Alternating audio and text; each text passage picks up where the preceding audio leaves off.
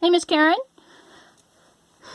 We are working on the letter W.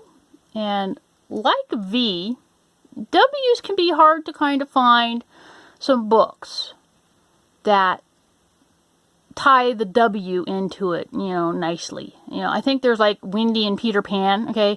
But I think I read Wendy and Peter Pan or Peter Pan and Wendy for my letter P's. But I got lucky, just like I did with the volcano, and I dug through my daughter's stuff and I found the volcano book on it. So just like for that one, we're doing whales. This is another DK I Wonder. These are really great picture books. This one's on whales and dolphins. So we're just going to, sit here and talk about whales, which start with the letter W. Okay, so let's get looking at this.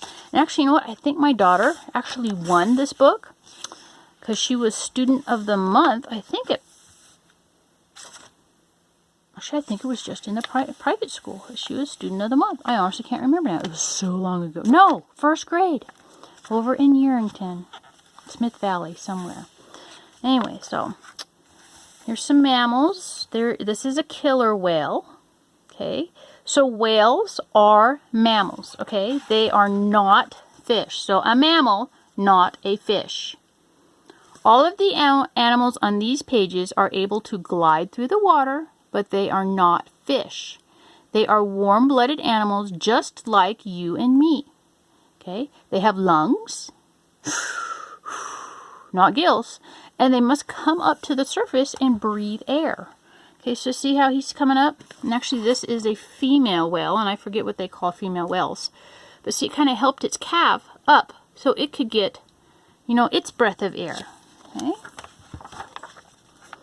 So and here's, this probably looks like a dolphin. But they're talking about, let's see, it's blowhole.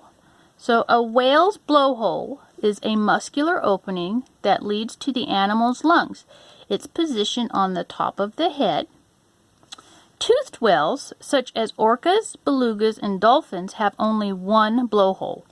Okay, so this is one blowhole. Okay, let's look at this. So see how this one is just one hole. So this is probably a dolphin. But this one, see how it has two? And this actually has some like little crusty dudes on it. I think this is probably a humpback whale. Okay. So there she blows. A humpback can hold its breath for 30 minutes. If you're really good, you can hold your breath for about a minute and a half. But will usually surface every 4 to 10 minutes. A sperm whale, those are usually up north where it's colder, stay underwater for up to 75. When a whale surfaces, it breathes out rapidly, producing a blow, or a spout, which is a spray of seawater. A large whale's blow can be up to 13 feet high and can be seen for several miles away. Oh, it says, here's a killer whale. Ooh, a streamlined body helps the whale to swim. Okay, so orcas are the fastest of all sea mammals, but most whales are pretty swift swimmers. Their torpedo body shapes are perfect for cutting through the water. A short, stiff neck helps the whale to swim fast. Several species of whales have different shaped beaks. Some have no beak at all. So not like a bird beak, okay? It's basically a mouth is what they're talking about. Some whales, such as the orca, cannot turn their heads from side to side because their neck bones are fused together.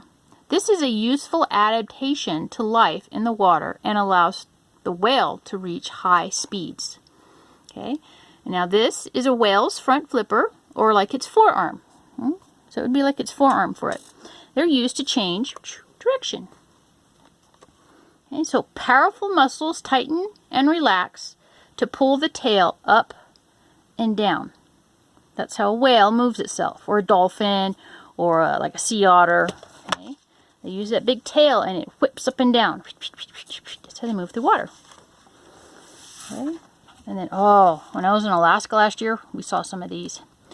A whale's tail is made up of 2 tail flukes, or sections, that are joined at the center.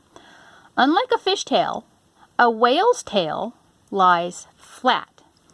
This is the whale's propeller, which forces it forward. Okay, so a whale will sometimes slap its fluke against the water surface. It is thought that this may be a form of communication. Okay, it's all in the tail. Humpback whales have special markings under their flukes. Since every humpback is different, scientists can recognize each individual whale. So like you and me, we have names. That's how we can tell ourselves apart. And, you know, we look different too. But whales, I mean, whales kind of look a lot alike at first glance. But when they flip their tail up, you see how different these are? See, this one like has all spots on it. Nice black and white spots. This one's mostly white. And it has like a little slash there. This one just has white on the ends. This one, the white on the ends is a little bit pronounced, and it has a white slash there that this one does not. So their tail is unique to them, kind of like how our eyes are to us. Now, our faces can look different. We have different names to help recognize ourselves and to call us out. But everybody's eyes, if you just looked at somebody from their nose to the top of their forehead, it would be really hard to tell us apart. That's like a whale. But if you really look at people's eyes, all of our eyes have subtle differences like these tails. And we could tell each of us apart that way. Okay, so here's some dancing dolphins. So not with our whales, but let's just kind of flip through here. And then let's see. Oh, teeth. Okay, so whales can have different teeth. Dolphins and killer whales and the sea lions, they have like these kind of teeth here. Okay, just a single row of teeth. Humpback whales, ooh, how do you know? They have this stuff called baleen in it, okay? So imagine like a bunch of little fingers. So they open their mouth, okay, like they're doing here. They come up, and they open their mouth, and they're scooping up these little teeny tiny shrimps called krill, okay? So they come up, and they open up their mouth, and they grab like a whole mouthful of those little baby krills. Okay, well then this baleen, okay, so pretend my fingers are the baleen, okay? It's coming over, it meets, and kind of closes down, and this is the inside of the whale over here. It squirts the water out, but the baleen, this kind of fingery, this comb kind of teeth they have, it traps the little shrimps inside so it can't get out, and it gets a nice swallow of food. Now, a big whale like this would have to do that like a whole bunch of time.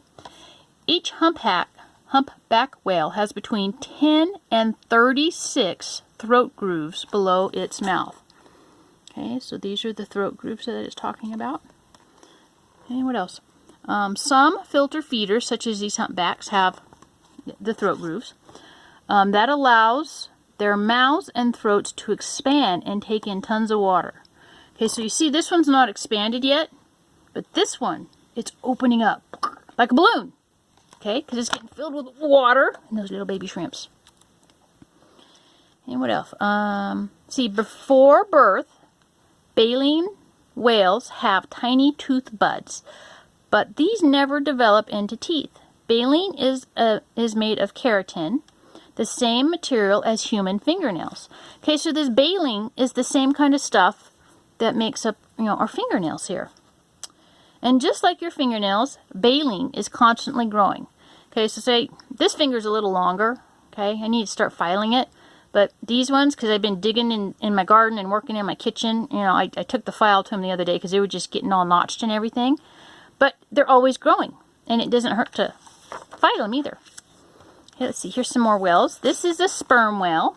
Okay. So it has a funky little mouth that just opens on the bottom down here like that. It's weird. Kind of cute. Adult whales and dolphins make protective parents when it comes to their safety of their young. Many travel around in close-knit families called pods and prefer to do their feeding in social groups. Sperm whale mothers and calves from large nursery schools.